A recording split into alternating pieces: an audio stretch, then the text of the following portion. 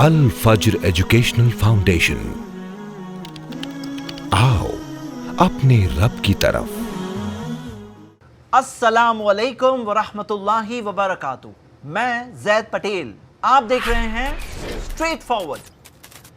हिजाब बुरखे के ताल्लुक से बहुत सारे लोगों का यह मानना है ये एक तरह का जुल्म है, एक ऑपरेशन है औरतों के ऊपर। आज की वीडियो में इंशाल्लाह मैं आपके सामने 15 पॉइंट्स के जरिए एक ऑल्टरनेट एनालिसिस रखना चाहता हूं, और मैं आप सबसे सिर्फ ये रिक्वेस्ट करता हूं कि एक ओपन माइंड के साथ आप इस वीडियो को जरूर देखें इंशाल्लाह।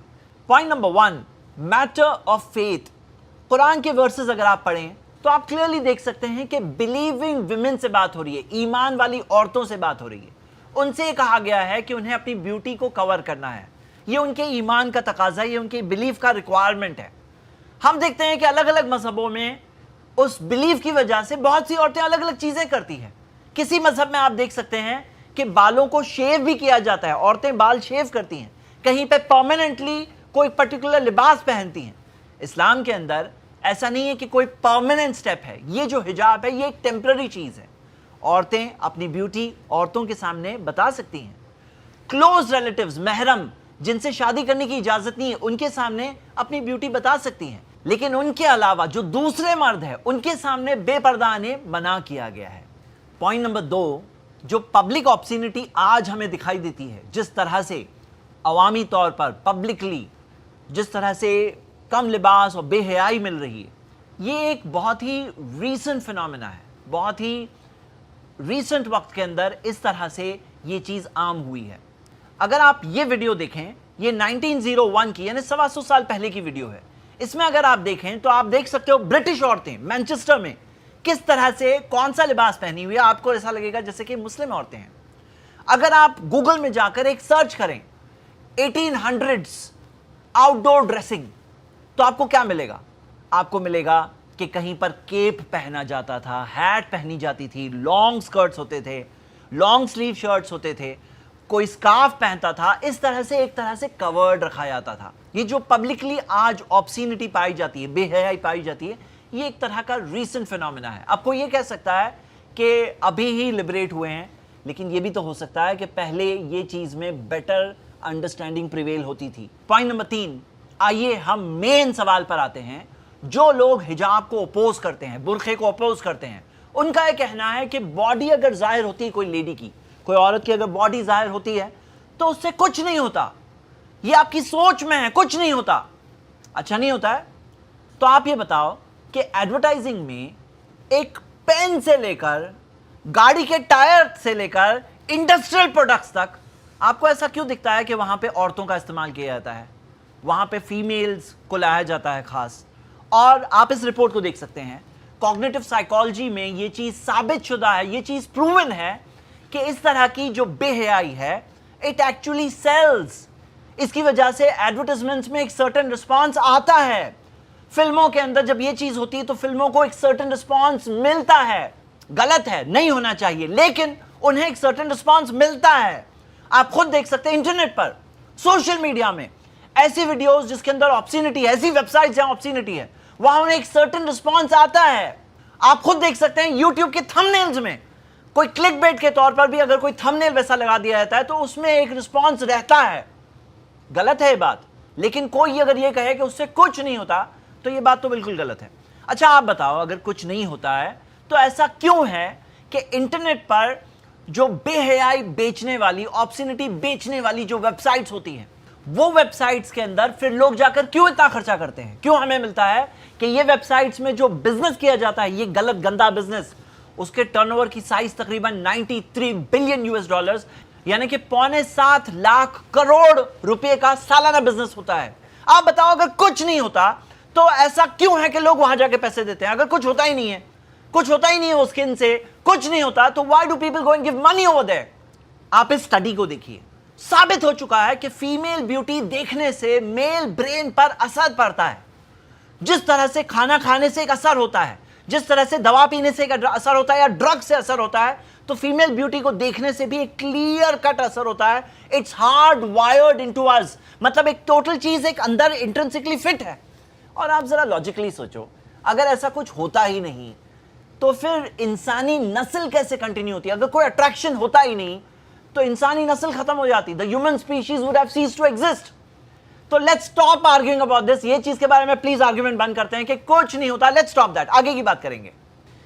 पॉइंट नंबर 4, अब हम दो सोसाइटीज को एक्चुअली कंपेयर करेंगे इंशाल्लाह। एक तरफ एक इस्लामिक सोसाइटी है जो इस्लामिक सिस्टम ऑफ चेस्टिटी में बिलीव करती है, वहां पर हिजाब भी है, फाइनेंशियल जिम्मेदारी औरतों पर बिल्कुल नहीं है, और सेग्रीगेशन है, यानी मर्दों और औरतों में मिक्सिंग नहीं है। दूसरी तरफ एक ऐसी सोसाइटी है जो हिजाब में नहीं बिलीव करती, तो आप देख सकते हो कि वहां पर इंटरमिंगलिंग भी है, वहां हिजाब नहीं है, और जैसा कि आमतौर पर सोसाइटी में होता है, फाइनेंशियल जिम्मेदारी मर्दों और औरतों में दोनों में शेयर्ड होती है। आप इस बैरोमीटर को देख सकते हैं, एक तरफ एक मॉडेस्ट सोसाइटी है जो कवर्ड है, दूसरी तरफ एक एक्सपोज सोसाइटी है। सवाल ये उठता है कि क्या ऐसी कोई एक्सपोज सोसाइटी दुनिया में है? तो हाँ है। आज आप देख सकते हैं कि वेस्टर्न नेशंस में आमतौर पर एक एक्सपोज कल्चर ही फॉलो किया जाता है। हमें यह देखना है कि इस कल्चर से क्या रिजल्ट सामने आ रहे हैं। एक्सपोज सोसाइटी में, जैसे कि पॉइंट नंबर 3 में हमने देखा, ये अट्रैक्शन जो मौजूद है वो अट्रैक्शन अनकंट्रोल्ड छोड़ा गया है। अब जाहिर सी बात है उससे कुछ ना कुछ असर होगा, और क्या रिजल्ट मिल रहा है आप खुद देख सकते हैं। आप देखोगे अमेरिका में 40% बच्चे आउटसाइड मैरिज पैदा हो रहे हैं। पूरे के पूरे यूरोपियन यूनियन की 28 कंट्रीज का एवरेज ये है कि 40% बच्चे आउटसाइड मैरिज हो रहे हैं। यूके में हमें मिलता है 47% बच्चे 2012 में आउटसाइड मैरिज पैदा हो रहे थे, उसके बाद तो फिगर और आगे बढ़ा है। और आइसलैंड में तो 66% बच्चे आउटसाइड मैरिज है। फ्रांस में 57% बच्चे, यानी 100 बच्चे अगर पैदा हो रहे हैं तो 57 बच्चे फ्रांस में आउटसाइड मैरिज पैदा हो रहे हैं। अब जब बच्चे आउटसाइड मैरिज पैदा होते हैं, फादर इतना कमिटेड नहीं है कि मां से ऑफिशियली मैरिज करे, शादी करे। वो जो ऑब्सीन कल्चर वहां से एक्सपोजर से स्टार्ट हुआ, वो अडल्ट्री और एक्स्ट्रा मैरिटल अफेयर्स तक पहुंचा, उसकी वजह से बच्चे पैदा हुए, आउटसाइड मैरिज।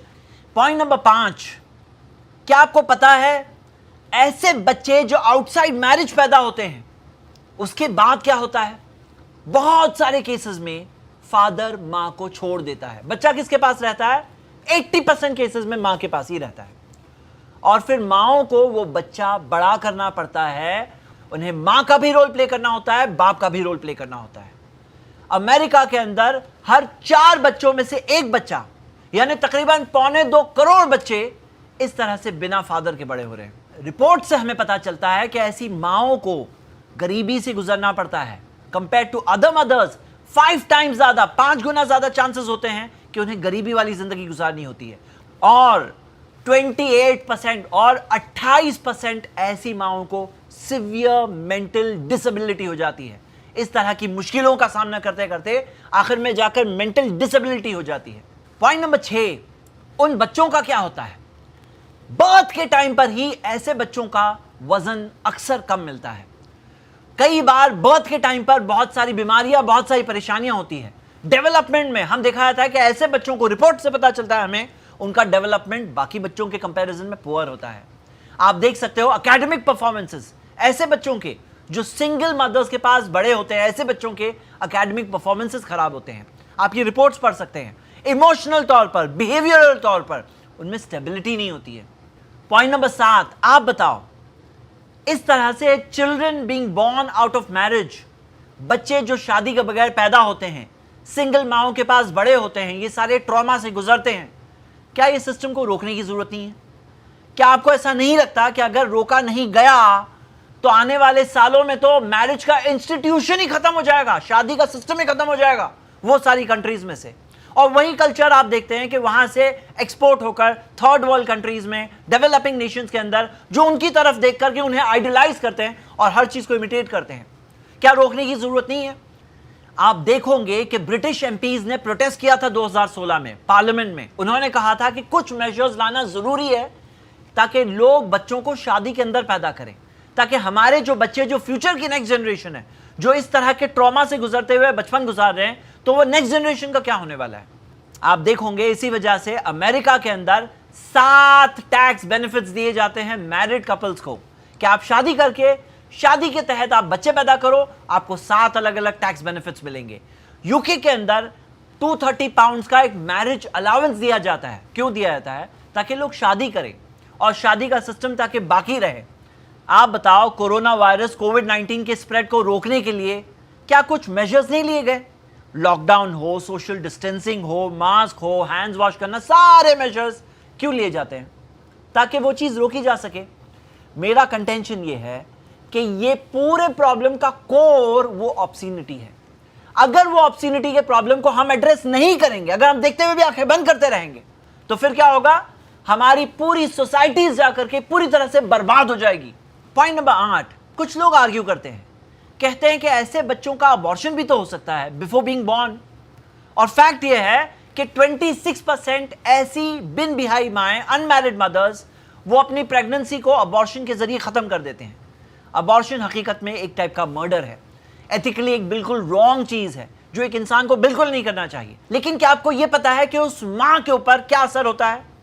फ्यूचर प्रेगनेंसीज में आप देख सकते हैं बहुत सारे कॉम्प्लिकेशंस होते हैं।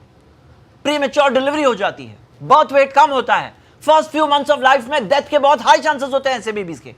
फिजिकल हेल्थ कॉम्प्लिकेशंस आ जाते हैं। आप रोक के देखिए, पढ़िए, ये आप खुद देखिए कि पोस्ट अबॉर्शन सिंड्रोम एक माना हुआ सिंड्रोम है कि औरतों को एक टाइप का मेंटल एंग्विश, एक टाइप के बहुत बड़े डिप्रेशन से गुजरना पड़ता है अबॉर्शन कराने के बाद। पॉइंट नंबर 9, बहुत सारे लोग कहते हैं बर्थ कंट्रोल पिल्स हैं, यानी ये कल्चर को मेंटेन रखने के लिए बर्थ कंट्रोल पिल्स अवेलेबल है। लेकिन क्या आपको पता है बर्थ कंट्रोल पिल्स से कितने सारे नेगेटिव इफेक्ट्स होते हैं, कितने सारे प्रॉब्लम्स होते हैं? आप खुद पढ़ सकते हैं। पॉइंट नंबर 10 दिखाई ये दे रहा है कि ये पूरे फ्रीडम का बोझ तो सिर्फ औरतें ही उठाई हुई है। प्रेग्नेंट कौन होने वाला है? मर्द तो नहीं होने वाला है, औरतें ही होने वाली है। डिलीवरी कैसे करनी होगी? जो बच्चा चाइल्ड बर्थ होगी उससे किसे गुजरना होगा? उस मां को ही गुजरना होगा। आप देखिए कि बच्चे को संभालना, फॉस्टरिंग करना, दूध पिलाना, फीड करना, संभालना कौन करेगा? Almost all the time mothers ही करेगी। और अगर एक सिंगल पेरेंट का रोल अदा करना पड़ा तो 80% ऑफ द टाइम माएं कर रही है। और फाइनेंशियल रिस्पॉन्सिबिलिटी, आप बताओ कि जिस फादर ने शादी ही नहीं की उस पर क्या फाइनेंशियल रिस्पॉन्सिबिलिटी है? उस पर तो रिस्पॉन्सिबिलिटी नहीं है, बच्चा किसके पास है? मां के पास है, उसके ऊपर ही पूरी फाइनेंशियल रिस्पॉन्सिबिलिटी है। यहां तक आके उस फादर की विरासत में बच्चे का इनहेरिटेंस का राइट भी नहीं होता है। और आप देखिए मेडिकल प्रॉब्लम्स जो होते हैं अबॉर्शन में, उससे किसे गुजरना होगा? मां को गुजरना होगा। सारे बर्थ कंट्रोल पिल्स अगर यूज किए जाते हैं तो उसके अंदर सारे नेगेटिव इफेक्ट्स जो होते हैं किसे आएंगे? मां को ही आएंगे।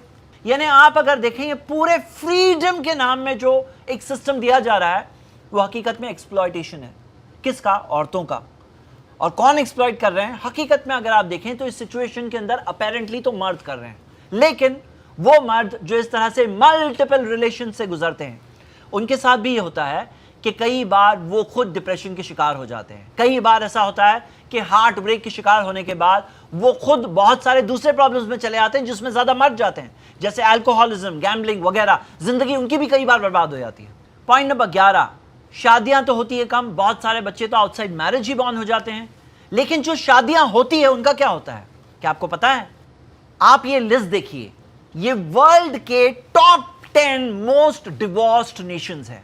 और आप देखोगे एक ट्रेंड, क्या देखोगे? ये वो नेशंस है जिनमें ऑब्सीनिटी बहुत आम है, बेहयाई आम है, वहां पे बच्चे आउटसाइड मैरिज भी आम थे। और एक और को रिलेट कर सकते हैं कि वहां पे डिवोर्स रेट भी बहुत ज्यादा है। बेल्जियम में 100 शादियां होती है तो 71 का डिवोर्स हो जाता है। और यूएसए में आप देखेंगे सबसे नीचे 10 नंबर पे यूएसए है, वहां 100 शादियां होती है तो 53 का डिवोर्स हो जाता है। डिवोर्स रेट इतना ज्यादा क्यों है? इसकी कई रीजंस हैं। डिवोर्स का क्या रीजन है? ऐसी सोसाइटीज में जो इस तरह का एक फ्रीडम होता है, इंटरमिंगलिंग होती है, वहां पे बहुत सारे एक्स्ट्रा मैरिटल अफेयर्स भी होने लगते हैं। और डिवोर्स का एक बहुत मेजर रीजन इनफिडेलिटी होती है। आप खुद देख सकते हो कि क्या हो गया है मैरिज के इंस्टीट्यूशन को। क्या ये चीज को रोकना जरूरी नहीं है? पॉइंट नंबर 12, ये यहां तक जो बात हो रही थी ये तो कंसेंट के साथ करने वाली बात हो रही थी। लेकिन जहां पर ये अट्रैक्शन जो मेल और फीमेल के बीच में एक नेचुरल अट्रैक्शन है उसे गलत तरीके से इस्तेमाल किया जाता है और गलत तरीके से और गलत जगह पर डिस्प्ले किया जाता है, उसका एक बहुत बुरा रिजल्ट आता है और वो है रेप। आप इंडिया की पहले रिपोर्ट देखिए, आप देख सकते हैं कि एक साल के अंदर 33,658 केसेस ऑफ रेप हुए और ये केसेस में से 37.6% cases friends, online friends, live in partners, on the pretext of marriage या सेपरेटेड हस्बैंड्स उनकी वजह से हुए। अगर आप अमेरिका की रिपोर्ट देखें तो एक बिल्कुल ही शॉकिंग रिपोर्ट है। अमेरिका के अंदर हर 6 औरतों में से एक का रेप हो चुका है, यानी तकरीबन 2.25 करोड़ औरतों का रेप हो चुका है। आप खुद इमेजिन करिए, क्या ये औरतें फ्रीडम एक्सपीरियंस कर रही हैं या एक बहुत बड़े प्रॉब्लम को एक्सपीरियंस कर रही हैं। आइए वर्क प्लेसेस की बात करें। इस सर्वे में आया है कि 81% औरतें जो वर्क प्लेसेस में हैं उन्होंने किसी या तो किसी तरीके के सेक्सुअल हैरेसमेंट को एक्सपीरियंस किया है। 81%। इंडिया की बात है कि मोर देन 50% विमेन प्रोफेशनल्स ने कहा कि वर्क प्लेस में सेक्सुअल हैरेसमेंट बहुत बढ़ गया है over the years. Point number 13, ऐसे ओपन कल्चर के बाद एक और रिजल्ट आता है, सेक्सुअली ट्रांसमिटेड डिजीजेस। आप इस रिपोर्ट को देखिए, अमेरिकन गवर्नमेंट के CDC centre for diseases control and prevention की रिपोर्ट है। इसमें आया है कि अमेरिका की 33 करोड़ पॉपुलेशन में से 11 करोड़ को सेक्सुअली ट्रांसमिटेड डिजीजेस हो चुकी है। यानी कि एक ओपन कल्चर की वजह से सारे प्रॉब्लम्स के बाद एक और प्रॉब्लम यह भी है कि इस तरह की बीमारियों का उन्हें सामना करना पड़ रहा है। खुद अमेरिकन गवर्नमेंट 16 बिलियन US$ हर साल खर्च करती है ये सेक्सुअली ट्रांसमिटेड डिजीजेस को कंट्रोल करने के लिए, यानी तकरीबन 1,16,000 करोड़ हर साल खर्च किए जाते हैं सिर्फ इसे कंट्रोल करने के लिए। पॉइंट नंबर 14, स्किन कैंसर और स्किन प्रॉब्लम्स। औरतों की स्किन मर्दों की स्किन से डिफरेंट है। आप देख सकते हैं मेलानोमा कैंसर यंग औरतों को होता है और 50 इयर्स तक की एज में भी औरतों को ज्यादा होता है। Melanoma cancer one of the most dangerous types of cancer है। आप खुद इस टाइप के कई आर्टिकल्स देख सकते हैं जहां पे औरतों को यह एडवाइस दी गई है कि you should cover your face with a scarf when you travel, अपनी स्किन को प्रोटेक्ट करने के लिए। और प्रैक्टिकली भी आप देख सकते हैं कई सारी सिटीज में औरतें जब ट्रैवल करती है या बाइक्स राइड करती है, बाइक्स पे होती हैं, तो खुद अपने फेस को कवर कर लेती हैं। इस वीडियो का आखिरी पॉइंट नंबर 15, इस्लामिक सिस्टम में एक औरत को अपने आप को ब्यूटीफाई करना है सिर्फ अपने हस्बैंड के लिए, लेकिन जो ऑब्सिनिटी वाला सिस्टम है वहां पे एक औरत जिसे सारे मर्द देख रहे हैं उसे सबकी नजरों में कम से कम ठीक ठाक तो दिखना है। और आप देखोगे the pressure to look good, ये जो एक प्रेशर होता है कि आई शुड लुक गुड, इसकी वजह से आप देखोगे कई स्टडी से साबित हुआ है कि औरतों को बहुत सारे ट्रॉमा से गुजरना पड़ता है, बहुत सारे प्रेशर से गुजरना पड़ता है। यहां तक कि बाज औरतों ने सिर्फ इसी वजह से सुइसाइड तक कर लिया और कई सारी औरतें वो प्रेशर की वजह से बहुत मुश्किल जिंदगी गुजारती हैं। फाइनली मैं आप सबसे रिक्वेस्ट करता हूं, ये मीडिया प्रोपेगेंडा से अपने दिमाग को स्विच ऑफ मत करिए। आप खुद सोचिए कौन सा सिस्टम बेटर सिस्टम है, आप अपनी जिंदगी किस सिस्टम में गुजारना चाहते हैं।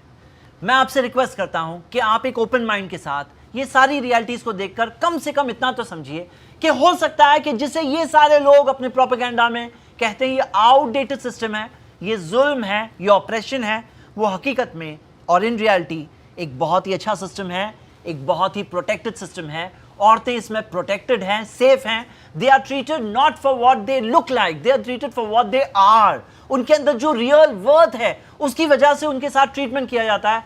मैं आप सारी सिस्टर्स को दावत देता हूं कि आप ज़रूर इस्लामिक सिस्टम ऑफ हिजाब और बुरखा एक्सेप्ट करें, उसे ओपोज ना करें, उसे सपोर्ट करें। शुक्रिया। अस्सलाम वालेकुम रहमतुल्लाह। It's Al Fajr Educational Foundation presentations.